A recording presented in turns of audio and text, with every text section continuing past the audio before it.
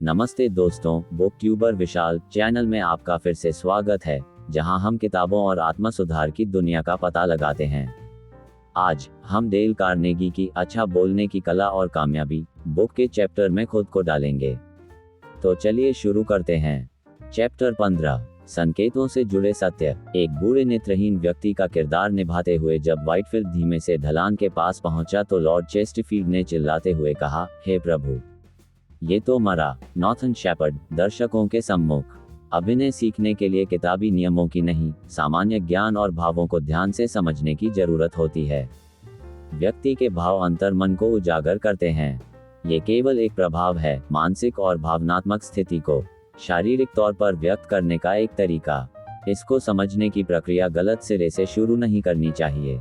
यदि आप इशारे करने के तरीकों या भाषा में संकेतों के अभाव से परेशान हैं तो प्रभाव की जगह कारण को समझने की कोशिश कीजिए। व्याख्यान के दौरान इस्तेमाल किए गए बनावटी इशारे भाषण में प्रभाव डालने का काम नहीं कर सकते। यदि आंगन में खड़ा पेड़ उम्मीद के मुताबिक नहीं बढ़ रहा है तो उसमें समय पर खाद पानी डालें और रोशनी की रुकावट को दूर करें। पेड़ की सेहत सुधारने के लिए कुछ शाखों को काटने से कोई फर्क नहीं पड़ता। यदि पानी का कुंड खाली है तो बारिश का इंतजार कीजिए या फिर जरूरत पूरी करने के लिए कुआं खोदिए। जाहिर है, सूखे कुंड में पंप लगाने से तो कुछ नहीं होने वाला। जिस वक्ता की भावना और विचार पहाड़ी झरनों की तरह स्वतंत्र होते हैं, उन्हें भाव व्यक्त करने में मेहनत नहीं करनी पड़ती। ऐसे लोगों की भावना खुद ब खुद जाहिर हो जाती है। विषय में डूबकर नाटकीय भावना व्यक्त करने वाले कलाकार को अभिनय के नियम याद करने की जरूरत नहीं पड़ती। भाव अंतर्मन से पैदा होने चाहिए। जबरदस्ती पैदा किए गए भाव बनावटी लगते हैं। लकड़ी का घोड़ा बच्चों का दिल बहला सकता है, लेकिन रास्ता तय करने के लिए असली घोड़े की ही जरूरत पड़ती है। किसी विषय से संबंधित निश्चित नियम तैयार नहीं किए जा सकते, बल्कि ऐसी कोशिश भी नहीं करनी चाहिए। भाषण माहौल, वक्ता के स्वभाव और दर्शकों के मिजाज के मुताबिक होना चाहिए। 6 का गुना 7 से करना हो तो परिणाम अंदाजे के मुताबिक हो सकता है, लेकिन भाषण के दौरान वक्ता किस विचार पर कैसा भाव प्रस्तुत करेगा, इसका ठीक अंदाजा नहीं लगाया जा सकता। भाषण के बीच में वक्ता कई बार दोनों हथेलियों की पहली उंगलियों को छोड़कर बाकी उंगलियों की मुट्ठी बना लेता है और पहली उंगलियों को मिलाकर दर्शकों की तरफ ऐसे संकेत करता है जैसे विचारों की बौछार कर रहा हो। बहुत से वक्ता हथेली पर मुट्ठी की ताल देते हुए विचार पर ध्यान आकर्षित करने की कोशिश करते हैं। वहीं ब्रायन अहम विचारों को प्रस्तुत करने के दौरान ताली मारने के बाद सीधे हाथ को ऊपर उठाने का आदी है। ग्लैडस्टोन विचारों को बल देने के लिए सामने रखी मेज पर जोर से मुक्का मारता है। इस प्रकार वक्ता के अंदाज के बारे में कुछ अटकलें जरूर लगाई जा सकती हैं, लेकिन ये तय नहीं किया जा सकता कि भविष्य में वक्ता किस अंदाज को विकसित कर ले। इस विषय को ज्यादा स्पष्टता के साथ समझने के लिए कुछ सुझावों पर ध्यान देना आवश्यक है। दर्शकों का ध्यान आकर्षित न कर पाने वाला अंदाज व्यर्थ होता है। विचारों को मजबूती देने और दर्शकों का ध्यान आकर्षित करने में संकेतों और अंदाज की अहम भूमिका होती है। विचारों के माध्यम से दिए जाने वाले संदेश को बलपूर्वक व्याख्यान, संकेतों के जरिए प्रस्तुतिकरण, स्वर में बदलाव, चेहरे के हाव भाव और सिर, हाथ या पैर को झटका देकर इस उद्देश्य को हासिल किया जाता है। भाषण के दौरान शरीर की मुद्रा बदलना भी प्रभावशाली अंदाज माना जाता है। यदि सड़क पर टहलते समय लोगों का ध्यान आपकी चाल की ओर आकर्षित होता है तो जाहिर है कि आपके व्यक्तित्व के मुकाबले चलने का ढंग लोगों पर ज्यादा असर डाल रहा है। अतः चाल में बदलाव की आवश्यकता है। क्या आपने कभी ऐसे वक्ता को सुना है जिसके विचार चाहे समझ में आए या न आए, लेकिन बोलने के अंदाज वशीभूत करने योग्य हों? ऐसा संभव नहीं है। दरअसल बनावटी अंदाज से कमजोर विचारों को आकर्षित नहीं बनाया जा सकता। अंतर्मन से उत्पन्न विचारों का भाव संदेश में छुपी सच्चाई और गहराई को प्रदर्शित करता है। इन दोनों के मिश्रण से सत्यता प्रमाणित होती है। भाषण के बनावटी अंदाज के अभ्यास और अभिनय करने के प्रयास से दर्शकों को खोखलेपन का एहसास होने लगता है। अलग अंदाज या नजाकत से चलने के लिए सरस या फैशन शो का आयोजन किया जाता है। सामान्य तौर पर नजाकत से चलना खलता है। हाथ पैरों को थिरकाने के लिए नाचने के मंच तैयार किए जाते हैं। बिना वजह हाथ पैर थिरकाना अच्छा नहीं लगता। बिना किसी मौके के नजाकत और दक्षता का प्रदर्शन नहीं करना चाहिए। याद रखें, यदि आपके जूते, उच्चारण का तरीका और अंदाज लोगों का बेवजह ध्यान खींच रहे हैं तो कोई न कोई गड़बड़ जरूर है। यदि भाषण के दौरान वक्ता ने प्रभावशाली भाव प्रकट किए हैं तो दर्शक जरूर कहेंगे, क्या शानदार तरीके से बयान किया है। बात एकदम ठीक है, ये बिल्कुल ठीक कह रहे हैं। मैं इनके विचार का समर्थन करता हूँ। भाव महत्व के मुताबिक होना चाहिए। मंजे हुए कलाकार और वक्ता को पहले से मालूम नहीं होता कि वह किस विचार पर कैसा भाव और अंदाज अपनाएगा। भाषण के दौरान आज प्रस्तुत किए गए भाव अगले भाषण में बिल्कुल अलग हो सकते हैं। दरअसल मंजे हुए कलाकारों और वक्ताओं के भाव दिन के मिजाज पर आधारित होते हैं। इसमें आवेग और बुद्धिमानी की भी अहम भूमिका होती है। बुद्धिमानी शब्द पर विशेष ध्यान दें। प्रकृति भी हर बार एक जैसा सूर्योदय और बर्फ की चादरें नहीं बिछाती। इसी प्रकार एक निपुण वक्ता भी हर बार एक जैसा अंदाज और भाव पेश नहीं करता है। इसका मतलब ये बिल्कुल नहीं है कि अंदाज और भाव के बारे में सोचा ही नहीं जाए। यदि ऐसा होता तो इस अध्याय की आवश्यकता ही क्या होती। जब कमांडर टुकड़ी के किसी जवान की ओर इशारा कर उसे एक कदम आगे आने को कहता है तो कमांडर की मंशा केवल उसी जवान को नसीहत देने की होती है। इसी प्रकार सर्वजन के समक्ष बोलने की कला सीखने वाले व्यक्ति को सभी आवश्यक प्रतिभाओं का आकलन करते रहना चाहिए। यदि किसी एक प्रतिभा को विकसित करने में ज्यादा कठिनाई हो रही है तो उसे नजरअंदाज नहीं करना चाहिए, बल्कि उसके अभ्यास पर विशेष ध्यान देना चाहिए। भाषण देने की कला से संबंधित सभी सिद्धांतों को याद कीजिए। पहचानिए कि किस मौके पर भाषण में नीरसता, व्यर्थता, भद्दापन जैसे खोट महसूस हो रहे हैं। इन कमियों को दूर करने का निरंतर प्रयास कीजिए। एक कमी दोबारा न दोहराने का प्रयास कीजिए। आत्मचिंतन और स्वयं की चेतना को समझना अलग अलग मुद्दे हैं।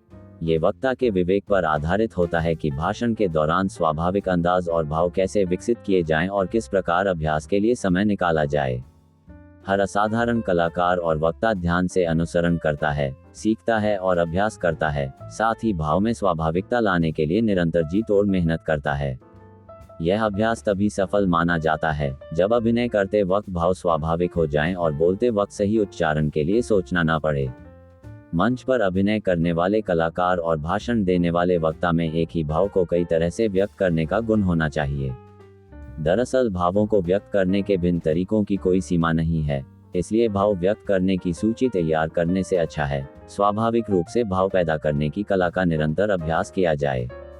इस कला में निपुण होने के लिए निरंतर अभ्यास की भूमिका बेहद महत्वपूर्ण है। भाव में एकरूपता नहीं होनी चाहिए। भुना मांस बहुत स्वादिष्ट व्यंजन हो सकता है, लेकिन इसे सुबह शाम के खाने का जरूरी हिस्सा बना लेना संभव नहीं है। एक ही तरह के भोजन से व्यक्ति बहुत जल्दी उगता जाता है। इसी प्रकार एक जैसे भाव दर्शकों में ऊब पैदा करते हैं। भावों में विविधता लाने की कोशिश कीजिए। एकरूपता से सुंदरता और आकर्षण फीका पड़ने लगता है।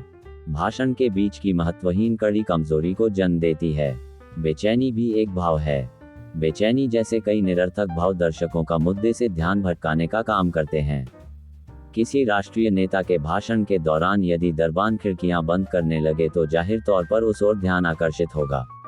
मंच के कोने में खड़ा गायक समूह यदि गाते वक्त कुछ विशेष अदाओं का इस्तेमाल करता है तो दर्शकों का ध्यान उस तरफ आकर्षित होता है। गुफाओं में रहने वाले हमारे पूर्वज किसी चलती रेंगती चीज को खतरे के समान मानते थे। इस आदत को हम आज तक नहीं भुला सके हैं। विज्ञापन करने वाली कंपनियां आज भी शहरों में तेज रोशनी की किरण घुमाकर इस विधि का इस्तेमाल करती हैं। इसी प्रकार एक बुद्धिमान वक्ता प्रभावशाली इशारों की हलचल से एक और दर्शकों का ध्यान आकर्षित करता है, वहीं व्यर्थ इशारों को छुपाकर नकारात्मक प्रभाव पर काबू पाता है। इशारों का इस्तेमाल या तो भाव के साथ होना चाहिए या भाव से पहले, भाव के बाद नहीं। लेडी मैकबेथ ने कहा था, आपकी आंखों, बाहों और शब्दों में स्वागत का भाव झलकना चाहिए। इसके उलट भाव पैदा करने से हास्य की उत्पत्ति होती है। कहिए, उधर वो गया। अपने शब्दों को खत्म करने के बाद जाने वाले की ओर इशारा कीजिए, जाहिर तौर पर हास्य का भाव पैदा होगा। छोटे और झटकेदार इशारों से बचिए। कुछ वक्ता उन बैरों की तरह व्यवहार करते नजर आते हैं जो बख्शीश लेने में कामयाब न रहे हों। इशारे करते वक्त कंधे से जोर लगाएं, न कि कुहनी से। ऐसा करने से गति में सरलता और सहजता महसूस होगी, लेकिन इशारों को बहुत धीमी गति से भी प्रस्तुत नहीं करना चाहिए। ऐसा करने से वक्ता ध्यानमग्न प्रतीत होगा, जैसे ईश्वर में लीन हो। एक मामूली, सटीक बल्ब भाव में जान डाल सकता है। इस प्रभाव को हासिल करने में बनावटी भाव कारगर सिद्ध नहीं होते। हालांकि दर्शकों को भाव में खोट की वजह का पता नहीं लग पाएगा, लेकिन फिर भी कमी जरूर महसूस होगी। चेहरे के भावों का महत्व। कभी फिल्म के पोस्टर पर कलाकारों के भावों को ध्यान से देखा है? समूह गान गाने वाली लड़कियों के उस समूह पर गौर से ध्यान दिया है, जिन्हें डर का भाव प्रस्तुत करने के निर्देश दिए जाते हैं। इनका भाव इतना बनावटी होता है कि हंसी आने लगती है। इसी प्रकार किसी प्रसिद्ध कलाकार के डर दर्शाने वाले भावों पर ध्यान दीजिए। कलाकार का चेहरा उतरा हुआ होगा, भौहें तनी हुई होंगी, शरीर सिमटा हुआ होगा और आंखों में खौफ साफ दिखाई दे रहा होगा।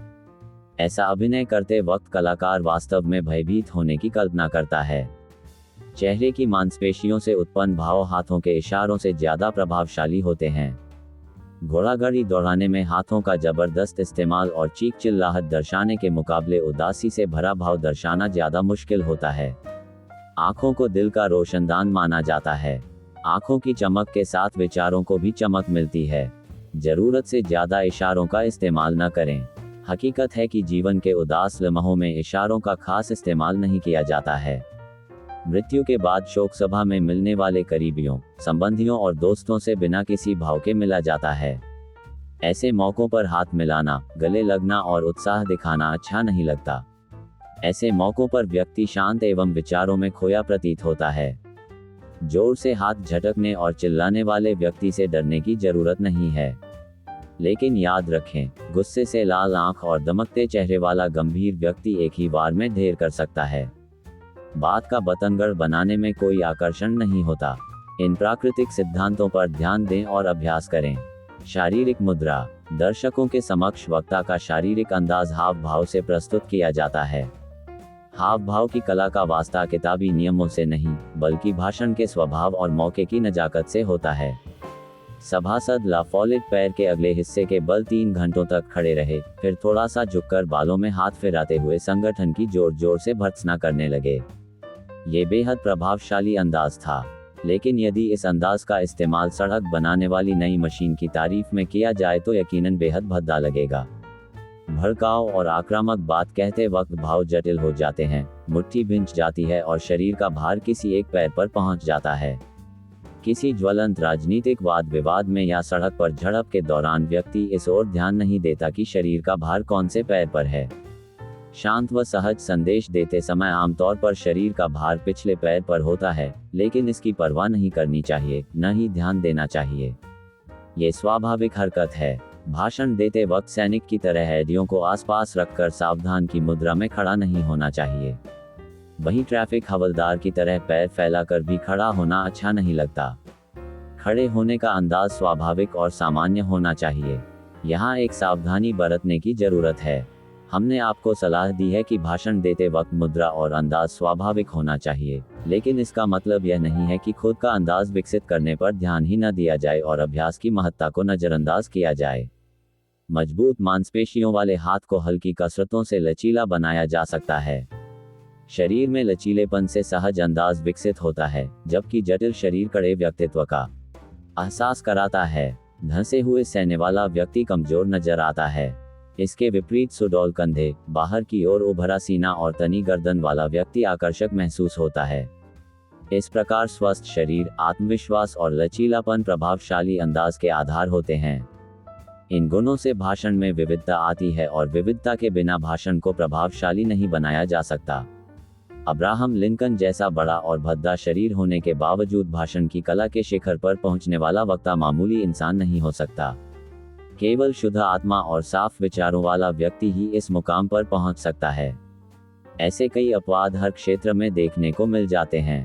व्यक्तित्व के तेज, गंभीरता, ईमानदारी और विचारों की शुद्धता से दर्शक प्रभावित होते हैं। भद्दे डील डॉल के बावजूद महान वक्ता बनने के लिए अब्राहम लिंकन जैसे गुणों को विकसित करना पड़ता है।